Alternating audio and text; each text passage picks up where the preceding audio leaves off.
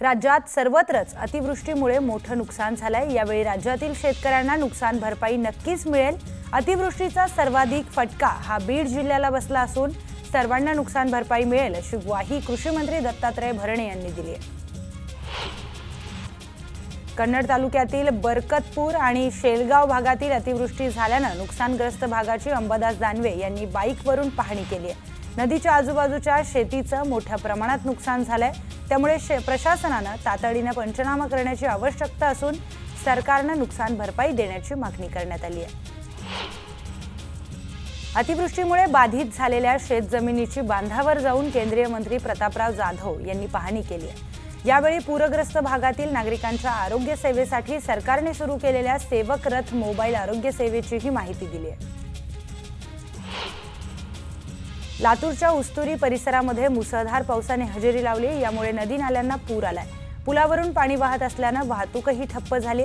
दरम्यान पुराच्या पाण्यातून रस्ता पार न करण्याचं आवाहन प्रशासनाने केलंय। मोहोळ तालुक्यात झालेल्या मुसळधार पावसामुळे कांदा उत्पादक शेतकऱ्यांना मोठा फटका बसलाय। हातातोंडाशी आलेलं कांद्याचं पीक वाहून गेल्यानं शेतकरी हवालदिल झालाय। जळगावच्या चोपड्यामध्ये कांद्याला योग्य दर नसल्यानं शेतकऱ्यांची चिंता वाढली आहे। दरम्यान गेल्या 5 महिन्यांपासून साठवून ठेवलेला कांदाही खराब झालाय। यामुळे कांदा उत्पादक शेतकरी आर्थिक संकटात सापडलाय। यवतमाळ जिल्ह्यामध्ये पिकांना किडीचा प्रादुर्भाव झालाय, यामुळे शेतकरी आर्थिक चिंतेत सापडलाय। दरम्यान तातडीने मदत करण्याची मागणी शेतकऱ्यांनी केली आहे। पूर आणि अतिवृष्टीचा नांदेड जिल्ह्याला चांगलाच फटका बसलाय। जिल्ह्यातील तब्बल 7,28,000 हेक्टर क्षेत्रावरील पिकांचं नुकसान झालंय। सरकारनं हेक्टरी 8,500 रुपयांची तुटपुंजी मदत जाहीर केल्यानं शेतकऱ्यांमध्येही नाराजीचा सूर पाहायला मिळतोय।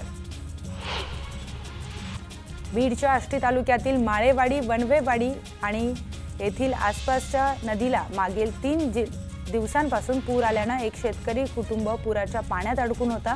यातच रुग्णालयात पोहोचू न शकल्यानं शेंडे कुटुंबातील शंकर शेंडे यांचा दुर्दैवी मृत्यू झालाय।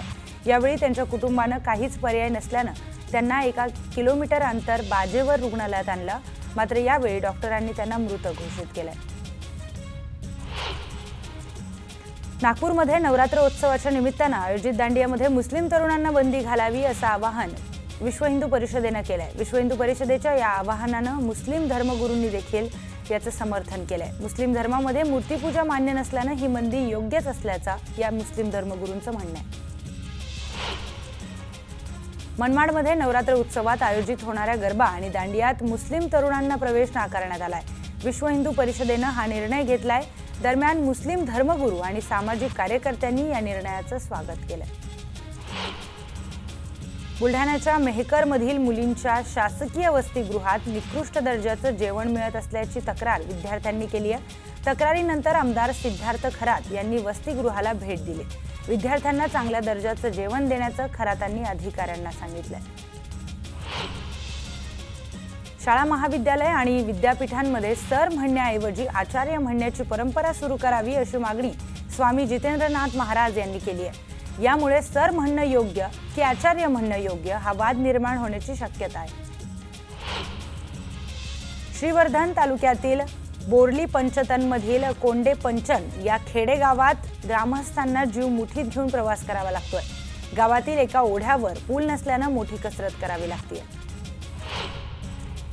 बीड जिल्ह्यातील बहुतांश पालिकांच्या हद्दीमध्ये कचऱ्याचा प्रश्न गंभीर बनलाय, त्यामुळे पर्यावरण मंत्री पंकजा मुंडेंनी संताप व्यक्त केलाय।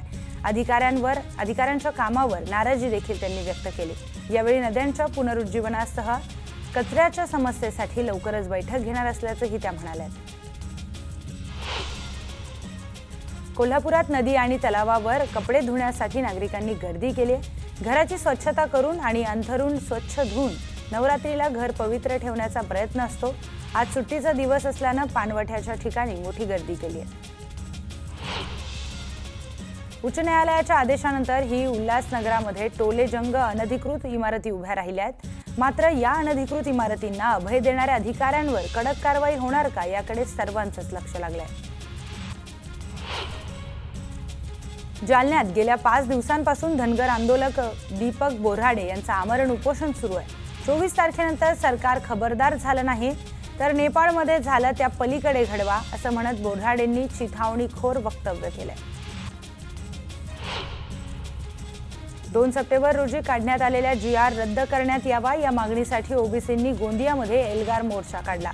यावेळी ओबीसींनी कुडवा नाका चौकात मोर्चा काढत रास्ता रोको केल्यानं वाहतूक विस्कळीत झाली. लासलगाव, मनमाडसह येवल्यामध्ये आणि नाशिक जिल्ह्यात कांद्याच्या दराचा प्रश्न तापलाय.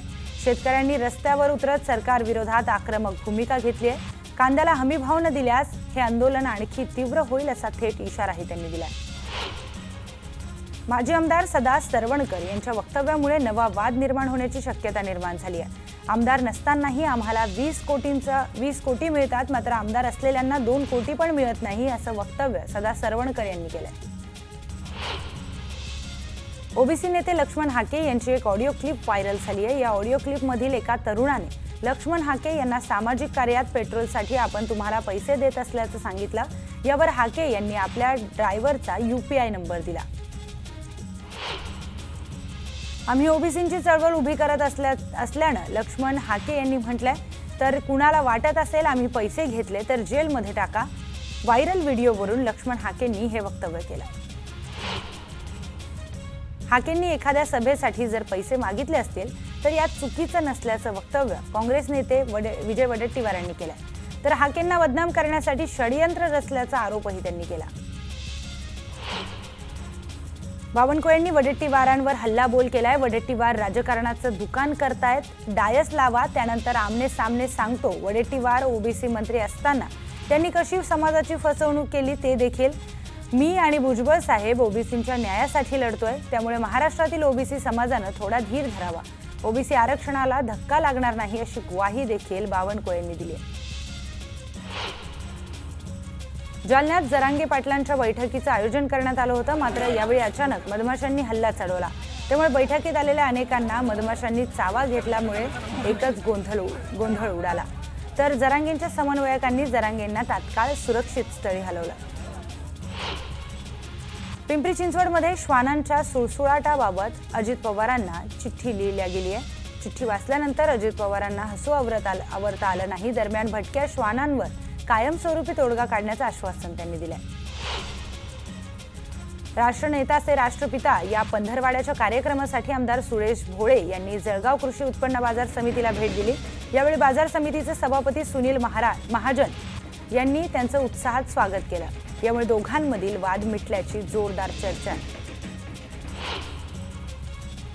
जयंत पाटलांविषयी आक्षेपार्ह वक्तव्य केल्यानं नंदुरबारच्या नवापूरमध्ये पवार गटानं गोपीचंद पडळकरांविरोधात आंदोलन केलंय. यावेळी त्यांनी गोपीचंद पडळकरांच्या पोस्टरवर मंगळसूत्र चोर असा उल्लेख करत पोस्टरला जोडे मारत निषेध केला. त्र्यंबकेश्वर येथे पत्रकारांवर झालेल्या हल्ल्याची बाब निंदनीय आहे. या हल्ल्याचा गुलाबराव पाटलांनी निषेध व्यक्त केलाय. तर हल्लेखोरांवर पोलीस कठोर कारवाई करणार असल्याचं ते म्हणाले. नागपूरमध्ये राष्ट्रीय स्वयंसेवक संघाचं 27 सप्टेंबरला ऐतिहासिक पथसंचलन होणार आहे. आतापर्यंतचं हे सर्वात मोठं पथसंचलन असणार आहे. कस्तुरचंद पार्क, हॉकी मैदान आणि यशवंत स्टेडियम येथून पथसंचलनाला सुरुवात होणार आहे. रायगडच्या कर्जतमध्ये राष्ट्रवादीकडून सुनील तटकरे आणि पत्नी वरदा तटकरे यांचा जाहीर नागरी सत्कार करण्यात येणार आहे. सुनील तटकरे यांना लंडनमध्ये ग्लोबल इकॉनॉमिक कन्व्हेन्शनमध्ये भारत भूषण पुरस्कार देण्यात आल्यानं या कार्यक्रमाचं आयोजन करण्यात आलं.